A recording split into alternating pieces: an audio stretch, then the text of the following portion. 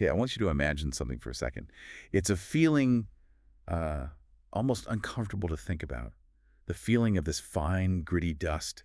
It's settling on your skin, it's in your hair, and you can feel it deep in your lungs. Hmm. You're in a small, rented room in The Hague. We're talking late 1670s. And the room is dim, right?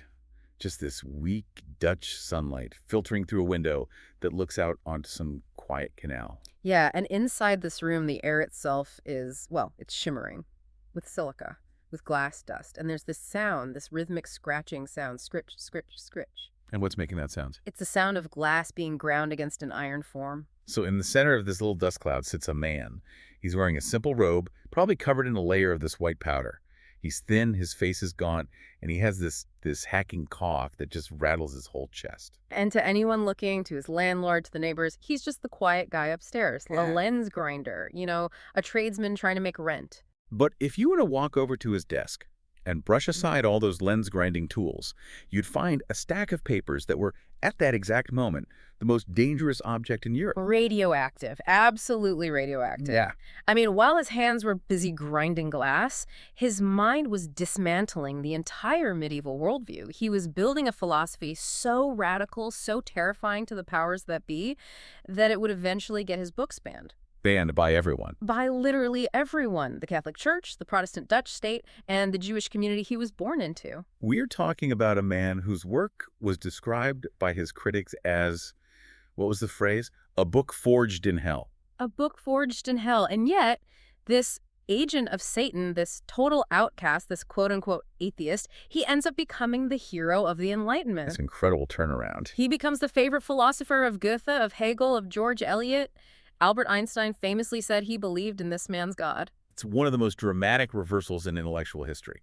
So today, we were doing a deep dive into the life and the mind of Baruch Spinoza, the lens grinder who reinvented the universe. It is a massive topic. It is, and we're going to take our time with it. We're going to be looking at the sources, the historical records from the Dutch Golden Age, the terrifying text of his excommunication, and of course the books themselves, the ethics and the theologico-political treatise. And our mission, really, is to figure out how a merchant's son, raised in this deeply religious refugee community, became the renegade Jew who gave us modernity. We want to understand that clash, between tradition and reason that defined his whole life. And we have to understand his most dangerous idea, Deus Natura. God or nature. God or nature. But also, and I think this is really why we're doing this now, we want to look at Spinoza as a kind of therapist.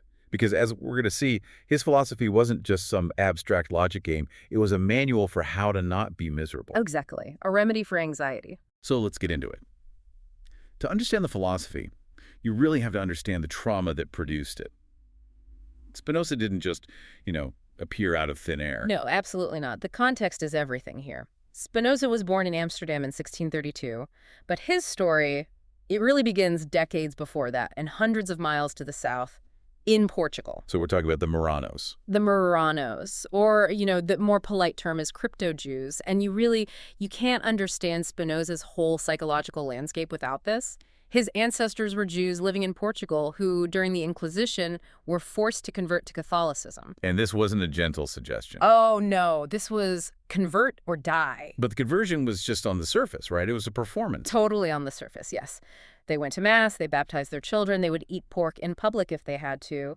But behind closed doors, in the basement with the curtains drawn, they were whispering Hebrew prayers. They were still lighting candles on Friday night. You were living this intense double life. Just imagine the stress of that for generations. It's a profound psychological burden. I mean, you're constantly performing, you're constantly hiding your true self. Every single neighbor is a potential informant. Every knock at the door could be the inquisitors. So it creates this culture of deep secrecy. Secrecy, but also a kind of skepticism. Think about it. If you're pretending to be one religion while secretly believing another, you start to look at religion itself as something distinct from your own internal reality. It's almost like they were actors playing a role.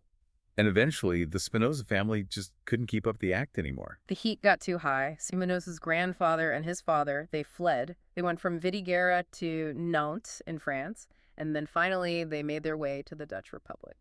And we really have to pause on the Dutch Republic here, because in the 17th century, This place was a unicorn. It was a total anomaly. The rest of Europe was just tearing itself apart in these horrible religious wars. You had Catholics killing Protestants, Protestants killing Catholics. The 30 Years' War was decimating the population. But the Dutch Republic, It was a trading empire. It was incredibly wealthy. And crucially, it was tolerant. they called it the Dutch Jerusalem. That's what they called it. Now, we shouldn't romanticize it too much. It wasn't a modern liberal democracy where everyone, held hands and sang. But compared to the fires of the Inquisition, Amsterdam was a haven.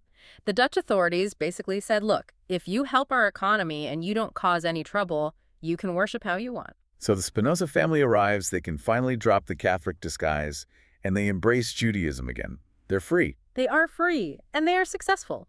Baruch's father, Michael Spinoza, becomes a prominent merchant. He's importing dried fruit, figs, nuts, olive oil, all from the Mediterranean. He's a leader in the synagogue. And Baruch Spinoza, he's born right into the center of this whole establishment. He is the golden boy. He goes to the Natura school. He's a star student. His teachers, the rabbis, they look at him and they see the future. A great rabbi. A great rabbi, a pillar of the community. He was being groomed to lead. Which makes the fall so much harder. But okay, before we get to the philosophy, we have to talk about the business. Because Spinoza wasn't just some bookworm, he was a businessman. He had to be. In 1654, his father Michael dies, and Baruch is only 22 years old. Suddenly, he is the head of the household. He's running the family import-export firm. But the timing was just awful. Awful. The First Anglo-Dutch War had just happened. This was a trade war. And the English were using privateers, which are basically, state-sanctioned pirates, to seize Dutch merchant ships. And the Spinoza family got hit. They lost cargo, they lost ships, the firm was just bleeding money. So Baruch inherits a sinking ship. And this is where we see a side of him that I find really fascinating. He's not this floaty, ethereal saint. He's practical. And maybe a little ruthless. He pulls this legal maneuver that just shocked the community. He was 22, the business was drowning in his father's debts, creditors were circling. Now, in Dutch law, you were considered a minor until you were 25. A loophole. A huge loophole. So, Spinoza goes to the Dutch civil authorities. He completely circumvents the Jewish court, and he petitions to be declared an orphan. He plays the I'm just a kid card. Exactly. He argued that because he was a minor when the debts were incurred, he shouldn't be held responsible for them. He effectively renounced his inheritance to escape all the creditors. Wow. That's cold. Well, it was survival. It saved him from debtor's prison. But think about how that looked to the Jewish elders. Oh, terrible. Here's the son of a synagogue leader dragging a family dispute into the Christian courts and using a legal trick to stiff creditors. It was seen as deeply dishonorable. It was a violation of trust. And it wasn't just about the money, right? Yeah. He was already starting to drift away intellectually. The rumors were definitely swirling. He had stopped attending synagogue regularly. He was seen hanging out with free thinkers, Christians who were critical of their own churches. And in the background of all this, there is a ghost story. The story of Uriel da Costa. I was reading about da Costa in the source material. It is a nightmare. It's a tragic foreshadowing. Uriel da Costa was another refugee, a former crypto Jew. He came to Amsterdam, and he started asking questions, dangerous questions. Like what? He questioned the immortality of the soul. He questioned whether Moses really wrote the Torah. And the community did not take that well. They crushed him. He was excommunicated. And to get back in, he had to submit to this public humiliation that is almost hard to believe. Tell me. He had to recant his errors in the synagogue. He was stripped to the waist and given 39 lashes. And then, and this is the part that just turns your stomach, he had to lie down across the threshold of the synagogue door. Like a doormat, a human doormat. And the entire congregation, the men, the women, the children, people he knew, they had to step over his body to leave the building. That is just brutal psychological warfare. It broke him. Da Costa committed suicide shortly after that. And Spinoza was just a child when this happened, maybe 8 years old.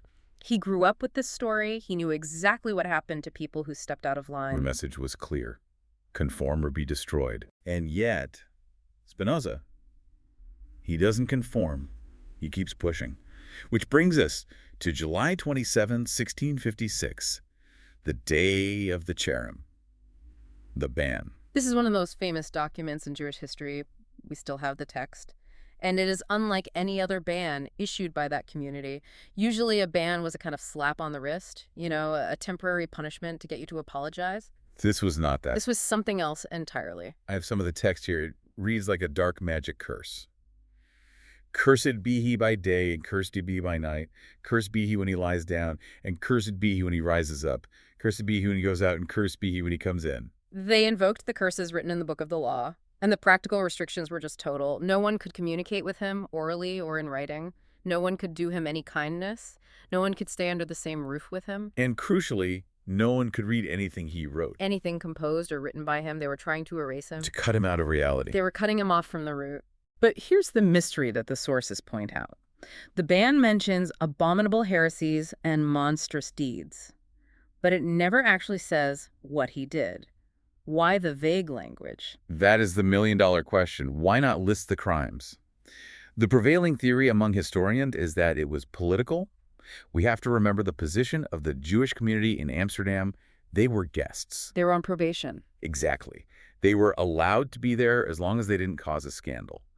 The Dutch authorities were tolerant, but they were still Christian. They were Calvinists. They believed in God, in the Bible, in the soul. And if word got out that the Jews were harboring a man who said God is just nature, or that the soul dies with the body, that could blow back on the entire community. The Dutch might say, see, these people are atheists. Kick them all out. so it was a preemptive strike. It was self-preservation. The rabbis were in a terrible bind. To protect the group, they had to police their own heretics even more strictly than the Christians did. They had to prove to the Dutch authorities, we are handling this. We are not with him. So Spinoza gets this ban. He's 23 years old. Most people would crumble. Da Costa crumbled. Did Spinoza fight it? No, and that is the crucial difference. Spinoza didn't beg. He didn't try to lie on the threshold. He reportedly said, "This does not force me to do anything that I would not have done of my own accord." You can't fire me, I quit. Precisely. He packed his bags and he left. But notice what he didn't do. He didn't convert to Christianity. Which was the normal path. In 1656, if you were kicked out of the synagogue, the only normal path was to become a Christian. That's how you got a new community. Spinoza refused. He went solo. He became, arguably, the first modern secular individual. He lived without a religious affiliation. He even changed his name from the Hebrew Baruch to the Latin Benedictus. Both mean blessed. He kept the meaning, but he translated it into a universal language. So he leaves Amsterdam. He moves out to the suburbs, Rijnsburg, Voorburg, and he starts this new life, the life of the lens grinder. And I want to dig into this because I think people gloss over it as just, a job, but it was so much more than that. Oh, it was a highly technical, scientific profession. He wasn't just making reading glasses, he was grinding lenses for telescopes and microscopes. This was the absolute cutting edge of the scientific revolution. So he's literally working with the tools of clarity. That's the metaphor, isn't it? I mean, he was obsessed with helping people see reality more clearly, literally, through his lenses, and metaphorically through his philosophy. He was corresponding with top scientists like Christian Huygens about optics. But this work, you mentioned the dust. It was deadly. It was. Grinding glass in the 17th century meant you were inhaling fine silica dust all day, every day. There was no OSHA, no masks. So he was just slowly filling his lungs with glass. He died at 44 from a lung condition, most likely silicosis that was aggravated by tuberculosis. He literally sacrificed his breath for clarity. But he wasn't just a hermit in a dusty room, right? Yeah. I think we have this image of the lonely genius. That is a complete myth. He had a very loyal, very active circle of friends. They were a band of brothers, mostly dissidents, Mennonites, collegians, people who are also on the fringes of established religion. They formed a kind of philosophical study group. A book club for heretics, basically. I love that. Yeah, Spinoza would write a section of his ethics, he'd send the draft to his friends in Amsterdam, and they would meet to discuss it. They'd write back with questions. What do you mean by attribute? This proof seems weak. And Spinoza would revise. So his philosophy was beta tested. It was, and he was very, very careful. He wore a signet ring with a specific image engraved on it, a rose with thorns, and underneath one word, caught. Caution. Caution. He knew his ideas were dynamite. He knew that if he published them openly, he could be imprisoned or much worse. Okay, so let's talk about the dynamite. Let's open the ethics. Ethica ordin geometrico demonstrata. Ethics, demonstrated in geometrical order. And I gotta say, I remember trying to read this in college, and it's intimidating. It doesn't look like a normal book. It looks like Euclid. Definition 1, Axiom 3, Proposition 14, QED. Why on earth would he write a philosophy book, like a geometry textbook? It definitely pushes people away. But for Spinoza, the form was the message. He wanted to strip away all the rhetoric, all the poetry, all the emotion. He wanted to show that truths about God, the human mind, and happiness are just as objective and undeniable as the truths of mathematics. He wanted to prove it. He wanted to build a fortress of logic. The idea was, if you accept his definitions, just like you accept the definition of a triangle, then the conclusions have to follow by absolute necessity. You can't argue with them. Okay, so let's walk into the fortress. The foundation of everything is his definition of substance. Right. This is where he just flips the table on all of traditional religion. Think about the standard view. You have God, the creator, and then you have the world, the creation. They're two separate things. God makes the world like a potter makes a pot. The pot is not the potter. Exactly. But Spinoza defines substance as that which exists in itself and is conceived through itself. It's the ultimate reality. And he argues, if God is infinite, which, everyone agrees he is, then there cannot be anything outside of God. Because if there was something outside of God, like the universe, then God would be limited by it. He wouldn't be infinite anymore. Precisely. If God is God plus the universe, then God alone isn't everything. So Spinoza concludes there is only one substance, and that substance is God. But that substance is also the universe. Deus sive Natura. God or nature, they are synonyms. So he's saying God is the physical universe, the rocks, the trees, everything. Yes, but also more than that. This is where it gets a little nuanced. Spinoza is often called a pantheist, God is all. But some scholars would call him a panentheist, all is in God. Okay, help me visualize this. The notes mention an ocean analogy. The ocean is the best way to get it. Imagine an infinite ocean. The ocean is one single continuous substance, water. Now look at the surface. You see waves. A wave rises up, it travels for a bit, it crashes. And the wave looks like a separate thing. It has a shape. It has a lifespan. But is the wave separate from the ocean? No. It is the ocean, just acting in a certain way for a moment. We are the waves. We are the waves. You, me, this table, that star, my cat. We are modes. That's Spinoza's term. We are temporary modifications of the one infinite substance.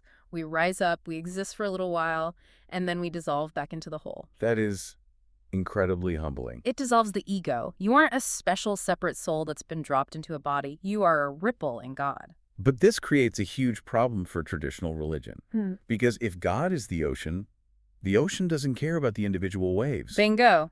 This was the heresy. Spinoza's God has no personality. He doesn't have a white beard. He doesn't sit on a throne. He doesn't judge you. He doesn't love you in some sentimental human way. The ocean doesn't mourn when a wave crashes. The ocean just is. So prayer is Yeah. useless. Useless. At least petitionary prayer is. If you're praying for God to change the weather or cure your aunt or help your favorite sports team win, Spinoza would say you are being absurd. You are asking the laws of nature to violate themselves for your personal benefit. You're asking gravity to stop working because you dropped your phone. Exactly. Spinoza says miracles are impossible.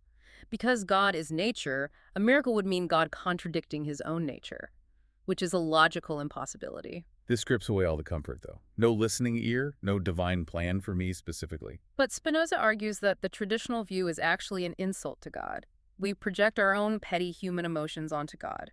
We get angry, so we imagine a God who gets angry. We want things, so we imagine a God who wants things. Spinoza calls the traditional God an asylum of ignorance. He wants us to worship the truth, not a fantasy. Okay, so we have this one substance. But Spinoza solves another massive philosophical problem with this idea. The mind-body problem. Descartes' ghost. Right. Descartes said the mind is a spiritual thing and the body is a physical thing. But nobody could ever figure out how they talk to each other. How does a ghost pull a lever to move an arm? Spinoza's solution is so elegant, he says. Mind and body aren't two separate things. They are one thing seen from two different perspectives. The source notes mention a coin analogy. Yes. Take a coin. One side is heads, one side is tails. It's the same coin. Spinoza says the one substance has infinite attributes or ways of being perceived. We humans happen to know two of them. Extension, which is matter, and thought, which is mind. So when I stub my toe, It's not that the physical toe sends a message to the mental brain. It's that the event, the stubbing, happens in the substance. That single event is a physical bruise if you look at it through the attribute of extension, and it is a feeling of pain if you look at it through the attribute of thought. they happen simultaneously. Because they're the same thing. He has that line, the order and connection of ideas is the same as the order and connection of things. Exactly, and this implies something else wild, a kind of panpsychism.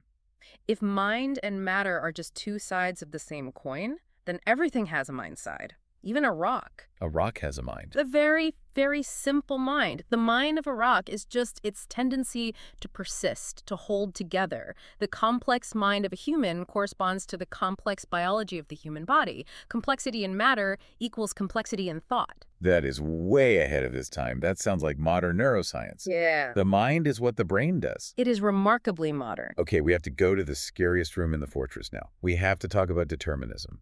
Because if everything follows from God's nature with mathematical necessity, Then there is no free will. None at all. oof. Spinoza is a hard determinist. He says, in nature there is nothing contingent. Nothing could have happened differently than it did. So the fact that I chose to wear this shirt today, You didn't choose it, not freely. You were determined to wear it by a chain of causes stretching all the way back to the Big Bang.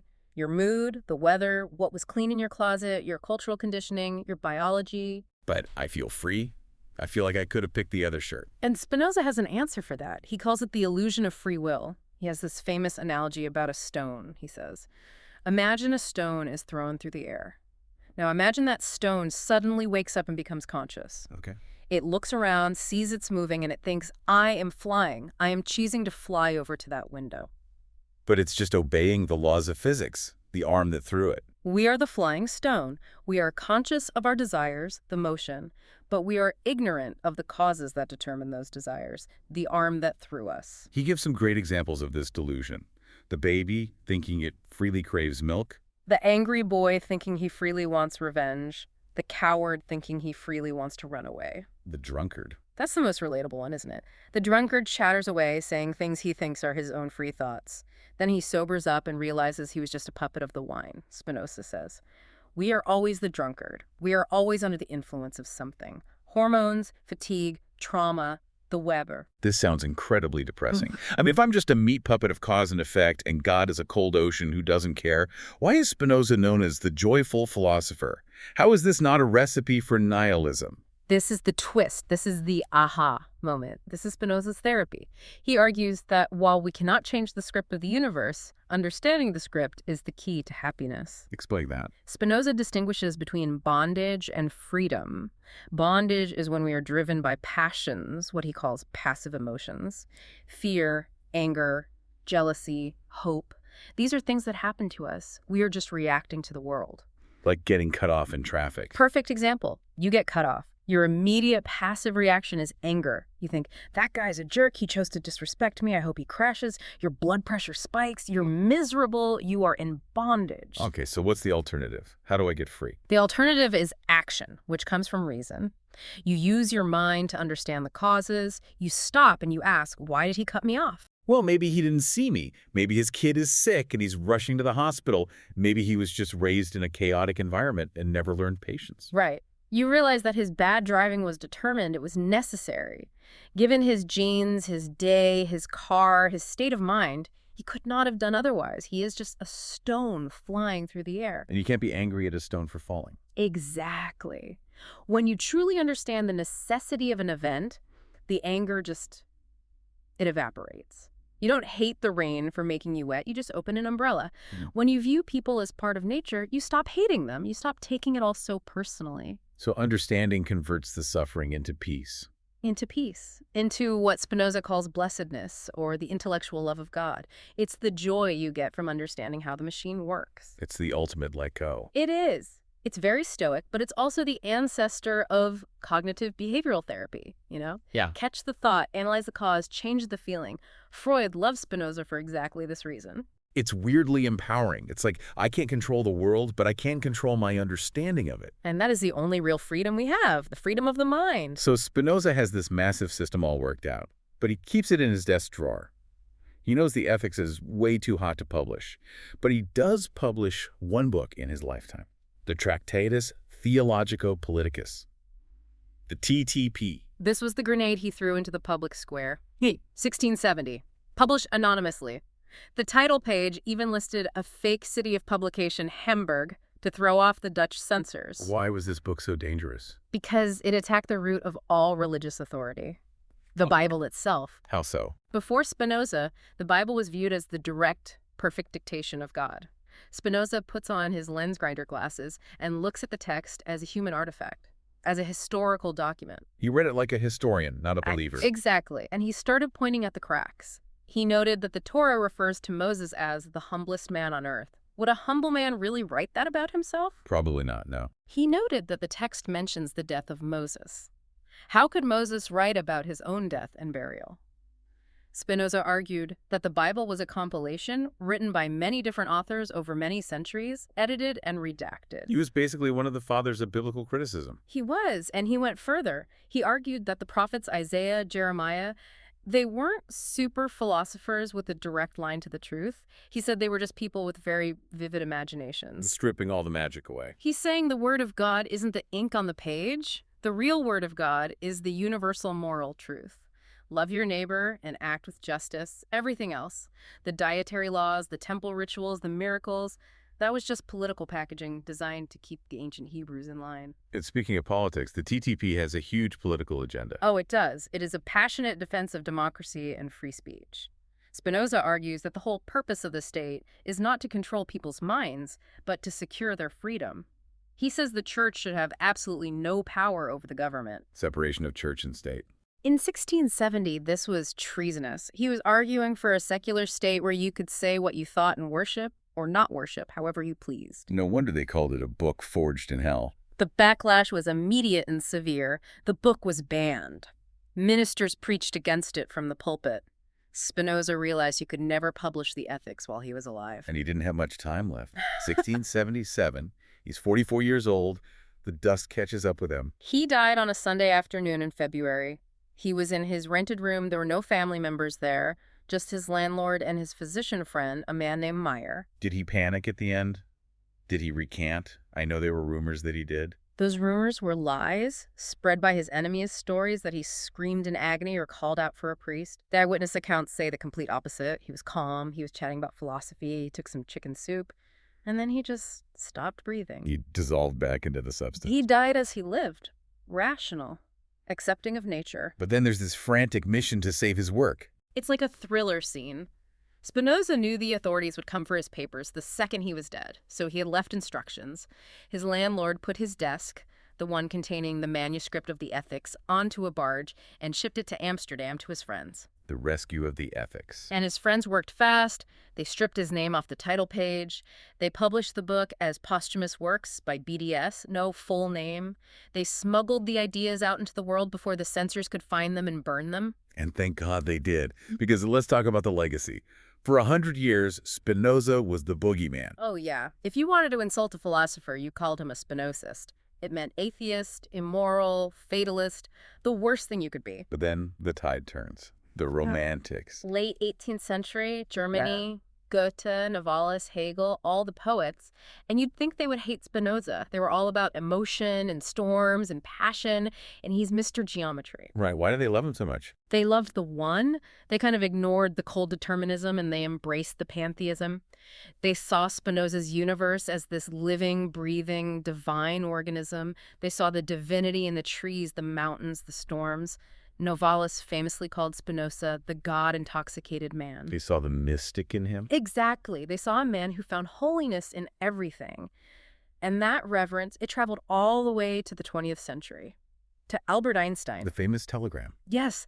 A New York rabbi sent Einstein a telegram. It just said, "Do you believe in God? Stop. Answer 50 words. No pressure. And Einstein replied, "I believe in Spinoza's God who reveals himself in the orderly harmony of what exists, not in a God who concerns himself with the fates and actions of human beings." That is the perfect summary. God is the harmony. God is the math. It allowed Einstein and a lot of other scientists to be religious without being superstitious, to stand in awe of the universe without believing in a personal judge. There's one final twist in the legacy that I find fascinating. Zionism. You wouldn't think the guy who was excommunicated from the Jewish community would be a hero to the Jewish state. It is complicated. But David Ben-Gurion, the founding father of Israel, was obsessed with Spinoza. He called him the first secular Zionist. Why? Because in the TTP, Spinoza makes this one stray comment. He says that the Jews have survived because of their hatred of other nations and their rituals, but, he says, if the foundations of their religion didn't emasculate their minds, meaning make them passive and just wait for a messiah, they might one day, given the changing political landscape, reestablish their state. He predicted Israel. He analyzed it as a political possibility, not a religious prophecy. Ben-Gurion loved that realism. He wanted to claim Spinoza back. He actually tried to get the cherem ban lifted. Did they lift it? They've tried multiple times. As recently as 2012 and 2015, the Jewish community in Amsterdam debated whether to rescind the ban. They said no. The chief rabbi said the ban stands. He argued that Spinoza's ideas are still preposterous and fundamentally incompatible with Judaism. He denies a personal God. He denies the divinity of the Torah. You can't be a member of the synagogue and believe that. You know, I actually kind of respect that. They're saying, look, words mean things. If you don't believe in our God, you aren't part of our congregation, even if you're famous. It proves that Spinoza is still dangerous. He hasn't been tamed by history. His ideas are still a live challenge to faith. So here we are. Why should the listener, who is maybe dealing with a breakup or a bad boss or just the general chaos of the 21st century, why should they care about a 17th century lens grinder? I think Spinoza offers the ultimate remedy for the control freak in all of us. We live in this age of anxiety because we feel we should be able to control everything. Our image, our career, our politics. And we panic when we can't. The illusion of control. Spinoza teaches us to let go, not to give up, but to accept, to understand that we are not the directors of the movie. We are characters in the movie. And the movie is written by the laws of nature. There's relief in that. It's not all on me. And there is forgiveness in that. This is the thought I really want people to sit with. If Spinoza is right, then the person who hurt you, the parent who neglected you, the partner who left you, they were acting out of necessity. Their trauma, their biology, their circumstances caused them to act that way. It doesn't mean you have to invite them over for dinner. No, absolutely not. You can still protect yourself. You avoid the falling stone, but you don't have to hate the stone. You can let go of the resentment. You can look at them and say, I understand why you are this way. And that understanding sets you free. He lives eternally who lives in the present. Yes. Spinoza believed that when we use reason, when we understand a truth, we participate in something eternal. The truth of a triangle doesn't die. And when your mind grasps that truth, that part of your mind touches eternity. Subspecie eternitatis. Under the aspect of eternity, that's the view from Spinoza's window. A view from high above the dust. Thank you, everyone, for diving deep with us today. It was a pleasure. Keep grinding those lenses and try to see the signal in the noise. Until next time.